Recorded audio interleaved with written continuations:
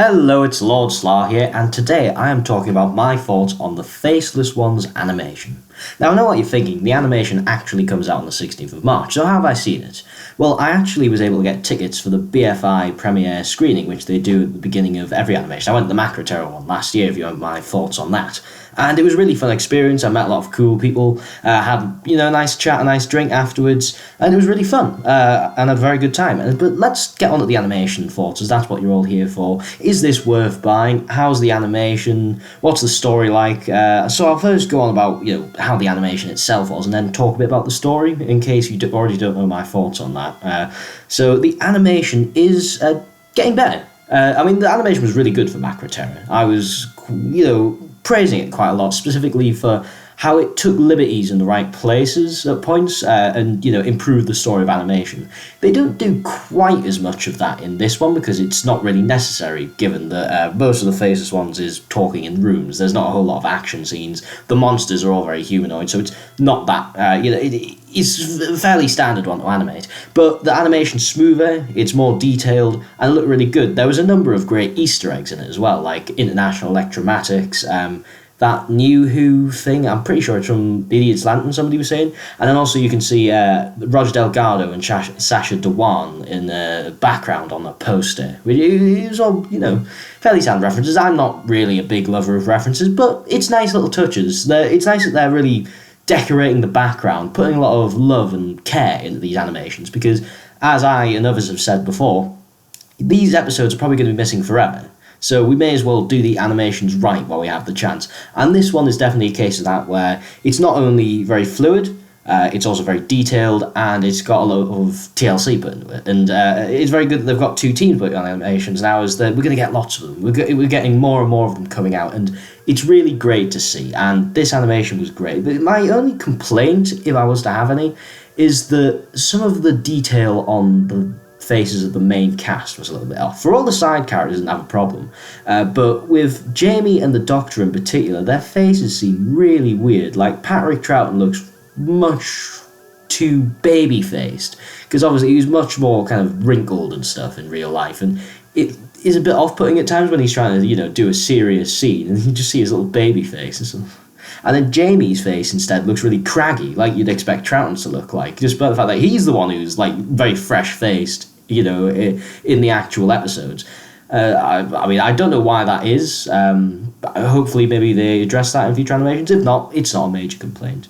And as for liberties they've took with the animation, I can't remember any scenes that have been removed, but I could be wrong. But one liberty they did take is they changed the whole design of the chameleons. Not massively, but it was a fairly substantial redesign of both the costume and how they looked, and I was a fan of it. It looked better than the original one. The original one looked quite plain and quite bland, which I suppose maybe in a way fitted the tone of the story with them having lost their identity and all that. But I was fine with them doing it because it looked a lot prettier, it looked better. So I think that was a good liberty to take. Yeah, not really any complaints other than the little one I had about the face detail. Now, as for the story itself, you've probably heard my thoughts on it before if you watch my season reviews, but if not, it's a strong story. Its first 4 parts are very close to 10 out of 10 quality. They are absolutely amazing. It is the pinnacle of how to do Doctor Who build-up. It releases only little bits of information one at a time, and has all sorts of compelling side characters to play off, and all the main cast get involved.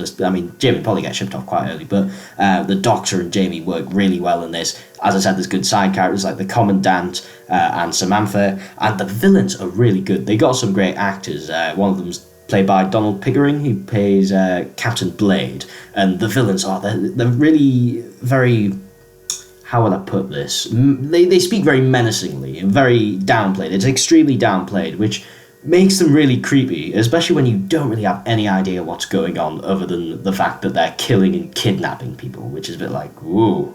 It's a bit odd. And that build-up is brilliant, and there's no complaints there. That is excellent. It's only when it gets towards the end of the story where it falls apart a little bit.